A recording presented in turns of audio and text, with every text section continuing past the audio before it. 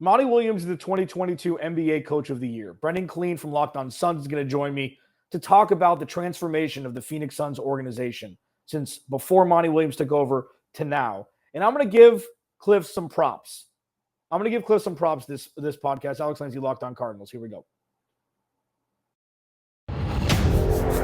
You are Locked On Cardinals, your daily Arizona Cardinals podcast.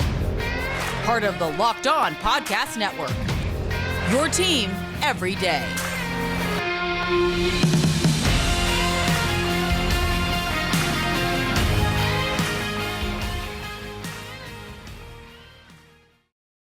Welcome in, Locked On Cardinals. Alex Clancy here. Follow me on the podcast at Locked On AZ Cards on Twitter. Follow me on Twitter at Clancy's Corner. Please subscribe to the YouTube channel as well. We've got a jam show today. Thanks for making Locked On Cardinals your first listen each and every day. Free and available on all platforms. Brendon Kleen from Locked On Suns is going to join me in the final segment on the heels of Monty Williams winning the 2021-2022 NBA Coach of the Year and being one of the two people to spearhead the transformation from the Phoenix Suns organization of old, post Steve Nash, to now where they're, one of the best teams in the NFL NBA over the last 2 years.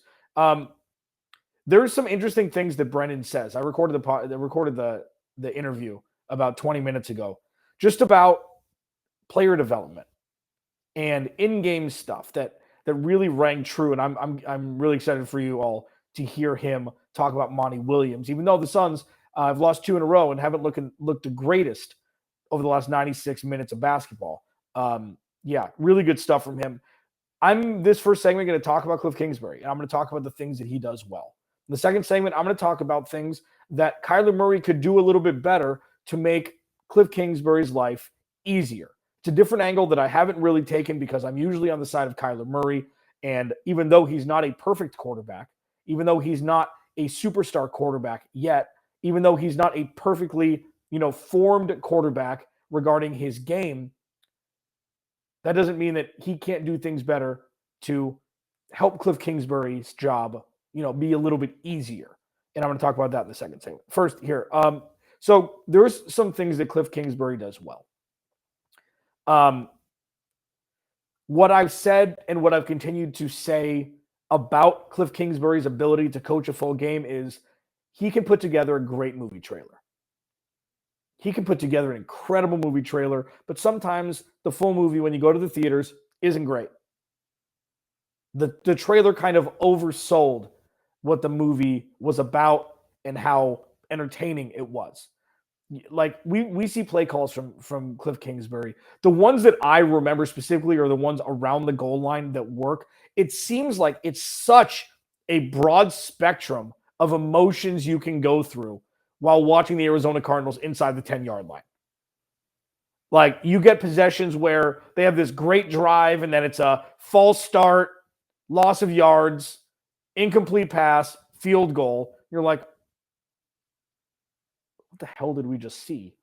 And then other times you see 1 or 2 great play calls. Like, oh my sweet mother, what was that?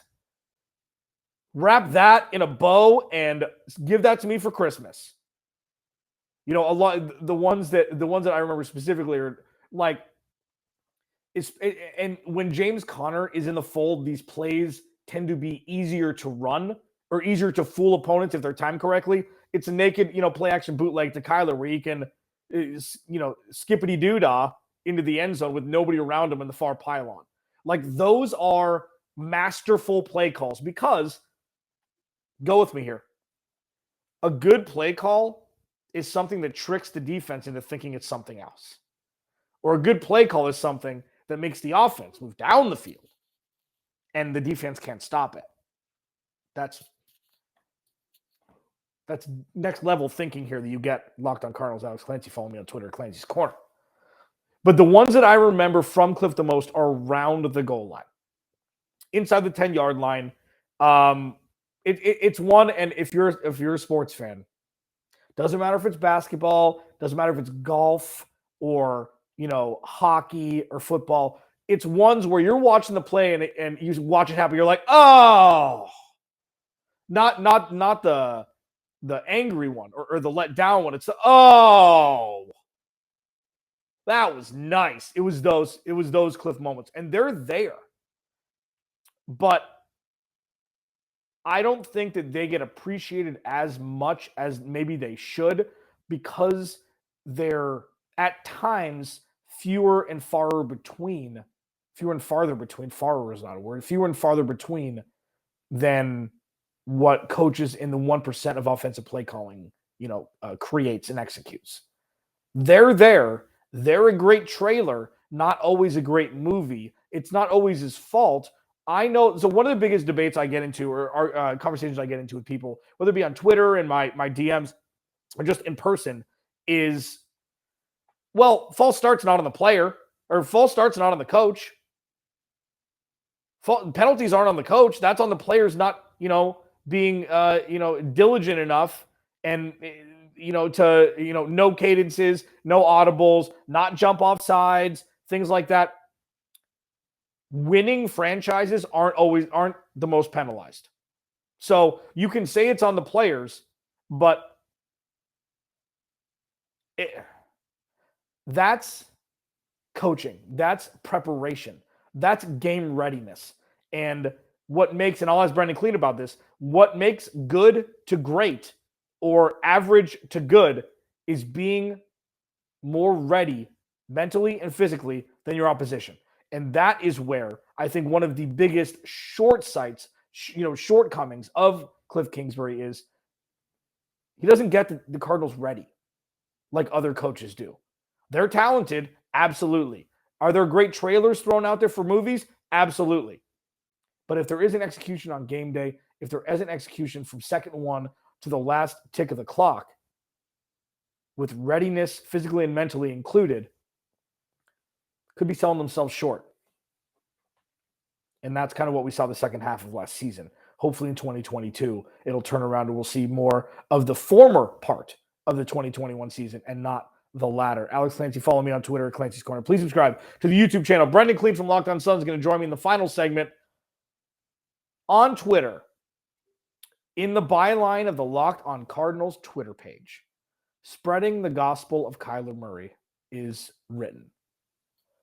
I err on the side of Kyler Murray over Kliff Kingsbury when things don't go right. I do. I believe in Kyler Murray's ability more than I believe in Kliff Kingsbury's ability as a coach. I do believe that.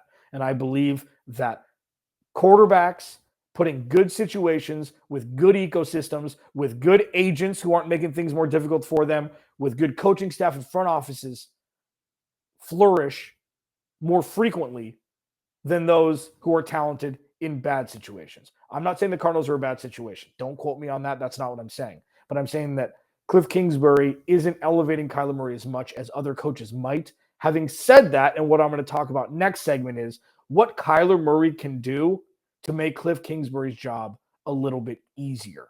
I'll talk about that next. First, BetOnline. Our partner at BetOnline continues to be the number one source for all your betting needs and sports info. Find out the latest news, odds, and sports development, including this year's basketball playoffs. They've been insane. Major League Baseball scores, fights, and even, next season NLF futures. BetOnline is or NFL futures, sorry. BetOnline is your continued source for all your sports wagering information, from live betting to playoffs, esports, and more. Head to the website or use your mobile device today to learn more about the trends in action. BetOnline, where the game starts. Second segment, Locked On Cardinals. Brendon Kleen from Locked On Suns is going to join me next segment to talk about Monty Williams winning Coach of the Year, what he's done to change the culture of the organization post Steve Nash, and you're seeing the fruits of what he's done, from coaching to leadership to stability to player evolution. He is a teacher of the game, and he's a respected, stable force in any front office and coaching front office. They're grouped in at times, and it's a beautiful thing to watch. The Suns get better, and him and James Jones have been instrumental, obviously, in the growth of that organization. Chris Paul has helped too, but the growth of those players really, you have to give credit to Monty Williams, and I'm going to talk to Brendon Kleen about that next segment. I'm tough on Kliff. And I think the majority of it is rightfully so. But that doesn't mean that his star quarterback is doing him all the favors and he's not, taking it's not like Kyler Murray is giving him all of the ingredients to cook a dinner. This is it's a fine dining meal, but sometimes Kyler Murray forgets to give him the butter or the pepper, whatever, the salt, whatever, to make that meal and execute it. Kyler Murray has some things that he needs to work on as well that will make Kliff Kingsbury's job a little bit easier. Okay, there's a couple. One, the stuff on the sidelines. And it's not as big of a deal as the media wants to make it, because it's like, oh, pissed off quarterback segment for our TV show or radio show. That's not it. But Kyler's a mature man. Sometimes he doesn't look like that on the sidelines. It's like, well, what does an immature man look like? It looks like that. So obviously he's immature. Stop.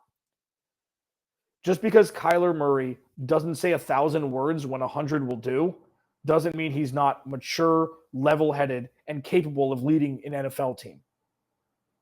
So that whole thing is, oh, he's not mature. Get him out of here. He's pouting on the sidelines. Aaron Rodgers has requested a trade 3 times and people love him. Chill out. Okay? Trust the quarterback. But he can kind of put a little makeup on that on the sidelines, and nobody can change what they look like when they're being demonstrative. It's like you're going to an acting coach and you're learning things in a different accent and learning completely different mannerisms, but he can button it up a little bit. And I think he will, and it comes with a little bit of time. He's never lost before. And that, we're going to put a moratorium in perpetuity on he hasn't lost before, so he doesn't know how to do it. That's over. That needs to be over. For sure. So that will help Kliff Kingsbury, because it'll kind of show a unified front. Because whether you like it or not, Steve Keim and Kliff Kingsbury are going to be around for a long time. And Kyler Murray needs to be on board with that. I'm assuming they'll sign him to an extension sooner rather than later. So he will be the future of the Arizona Cardinals as well from the quarterback position. That's one. Number 2, he needs to learn how to step up in the pocket a little bit better than he does now.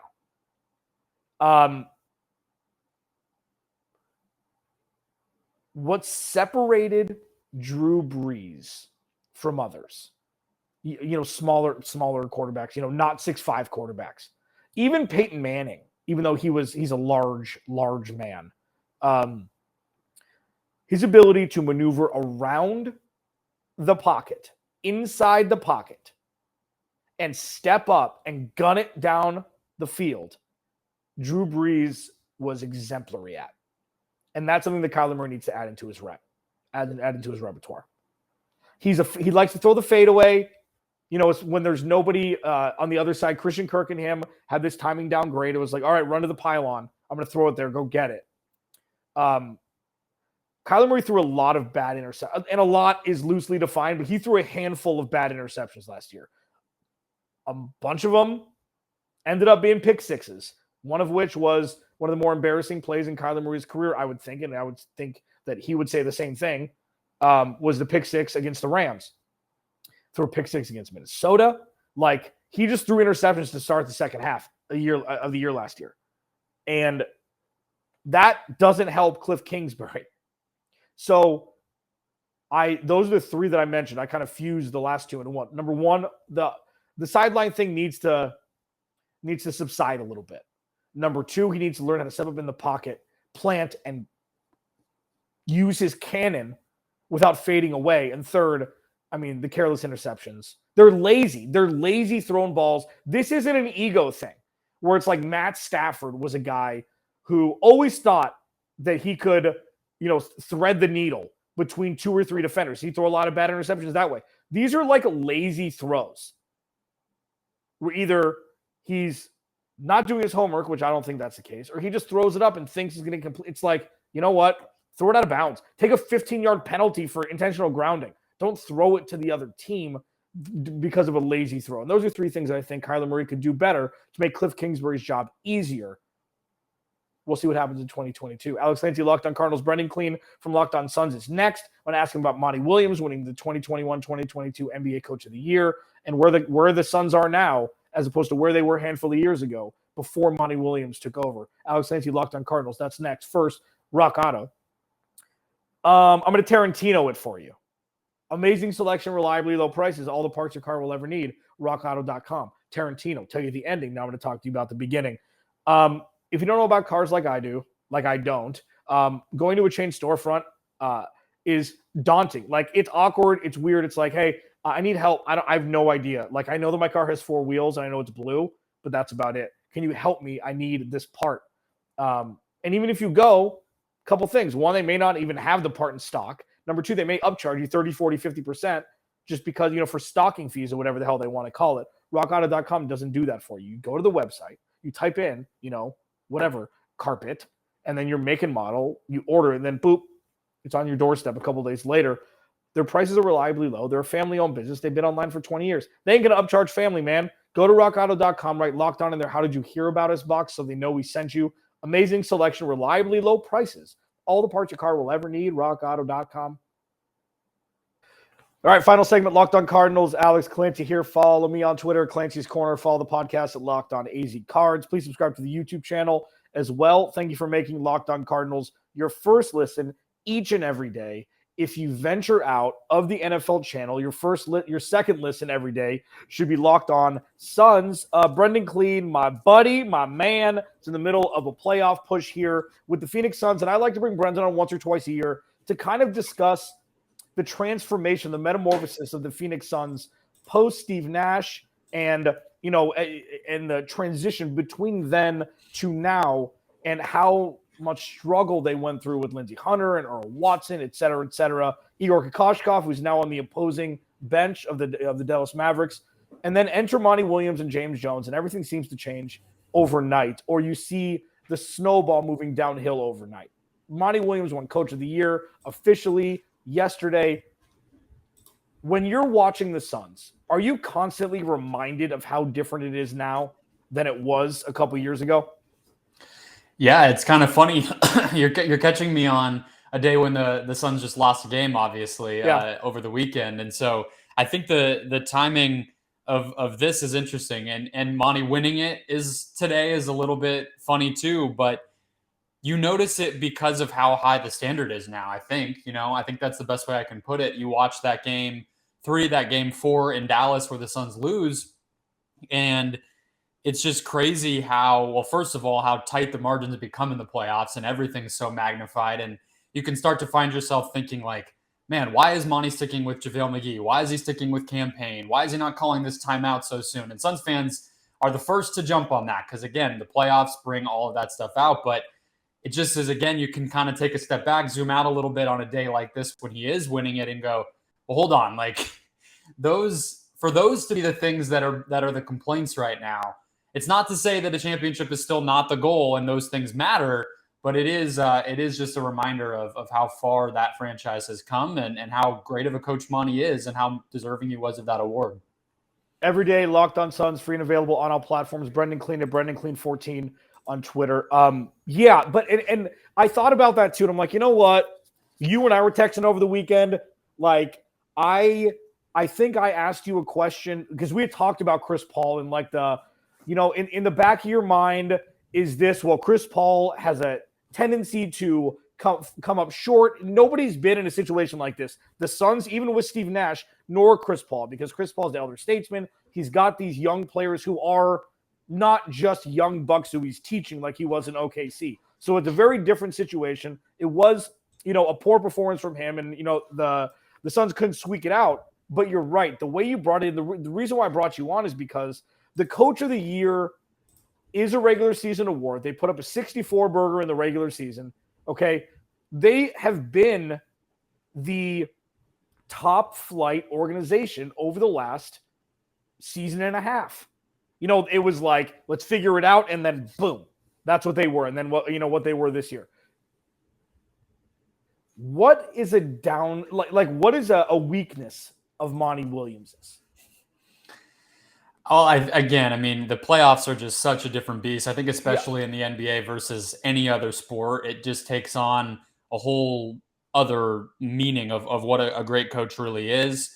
I think during the regular season, you'll be hard pressed to find any weaknesses for him, honestly. I mean, I think you could make one case that in the regular season, Monty is in this unique spot where probably the hardest thing to do, I think, for a great team or a consistently good team in the NBA during the regular season is to get their younger players to continue to get better at the same time that they still win games. The very best franchises tend to do that. You look at Toronto, the Clippers, these teams that are just machines in terms of chugging out deep rosters every year. Yep. But that's very nitpicked. And I also think the Suns did that. So maybe not all 15 guys, but Bridges, Ayton, Booker, those guys all got better. In the playoffs, I think Monty's the weakness. Some of it is what I was just saying that fans tend to jump on him about is he's a guy who is a great game planner, who is a brilliant tactician. His after timeout stuff is almost always going to get you a good look when you need one. He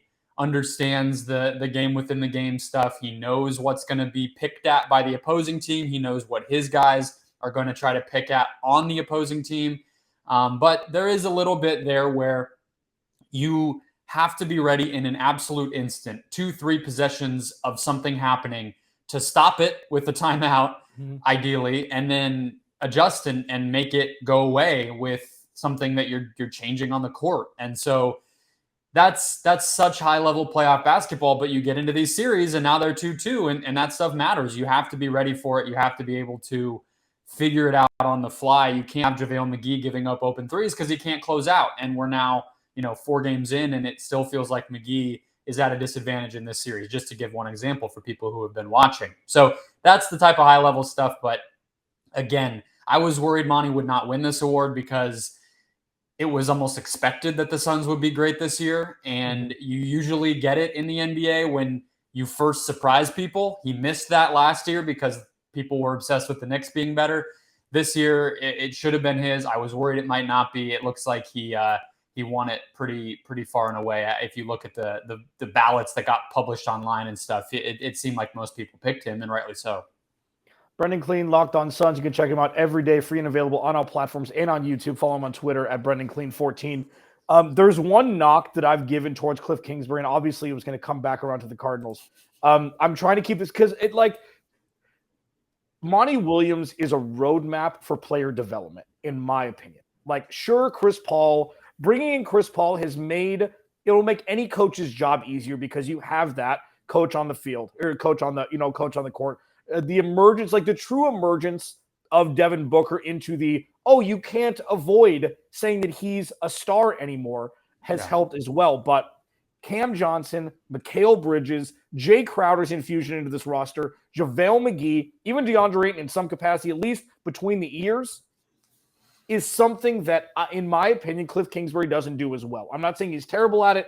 I'm just saying that the talent on the field is kind of on their own at points because I don't think Kliff has the ability to do what Monty Williams is doing. Tell me quickly about a little bit more inside basketball, as it were, of what he's done. You've seen Cam Johnson, what Cam Johnson and Mikal Bridges have become over the last 2 seasons. Yeah. I don't know. I don't think you were surprised by Mikal Bridges, but Cam Johnson was looked at as a bust through the first 6 months of his career, which is not necessarily fair. But tell me about what he's done with players to make them grow in different ways that other coaches may not be able to. Yeah, you look back to 2019, 2020, actually, to me, is when you see the most impact that Monty has had from a player development standpoint. Because again, when you're trying to win at a very high level, that stuff becomes secondary. You lock into what you are as a team, and guys have to you get better within that, but you're not going to, they're not going to say, okay, Cam, go run 50 pick and rolls in a game. That's not an option. You got to get better within your role. That's about it. But before that, when Ricky Rubio was still here, before the Chris Paul trade, when Kelly Oubre was still here, this team went from god-awful to genuinely above average in an instant. And it was basically the same roster outside of getting Rubio. That was basically the only big difference. You got Aaron Baines as a backup center, not that big of a deal. He was good, but that backup center shouldn't make that big of a difference. And it was Monty, almost all up and down. Everybody was able to settle into, what am I actually being asked to do? What do I need to get better at? And how do I play off of the guys around me to maximize what I am as a player? And you just saw the impact that realistic expectation, genuine actual structure, and, obviously a good people person and a guy who can connect with people, what all that could mean for players. And I've always said, and people probably don't want to hear my Kliff Kingsbury opinions, but just from the NBA standpoint, like, the difference between a bad coach and a good coach to me is readiness to play. Do you come out every game having a game plan that can work, bringing energy and intensity and genuine, give a crap, and, do you play hard throughout the game? And if you can tell teams that don't have that, because they fall flat on their face almost every single night. The Suns were that when you were talking about all the coaches they used to have. They were that for a long time. When Monty got here, that stopped completely. And then I think the difference between a good coach and a great coach is it's probably a little smaller, a little harder to notice, but it's just some of that extremely high level X's and O's. Can you recraft what you are for the team that you're playing? Can you put guys together to make them better than the sum of their parts? Can you adapt that scheme that might have worked super well to get you from bad to good? Can you adapt it to get from good to great based on who you have on your roster and the types of ways that they play together? Or one guy improves, let's incorporate him more. Let's do this and that. That's the type of stuff that we've seen Monty do the past 2 years. And this team obviously has jumped up a level, not just because of Monty. We can't ignore the Chris Paul part, but in large part because Monty was there to keep putting it all together. Really well put, man. That was really good. No, it's true. I mean, a whole better than the sum of its parts is just, it rings true when it's not always there. Follow him on Twitter at Brendon Kleen 14. Check him out every day on Locked On Suns. That's going to do it for me. I wanted him to say it, so I didn't have to try. And basketball was my first love, but I've shifted, and I've never been as fine-tuned as you. So I really appreciate you taking some time. Thanks for making Locked On Cardinals your first listen each and every day. Now make Locked On NFL your second listen.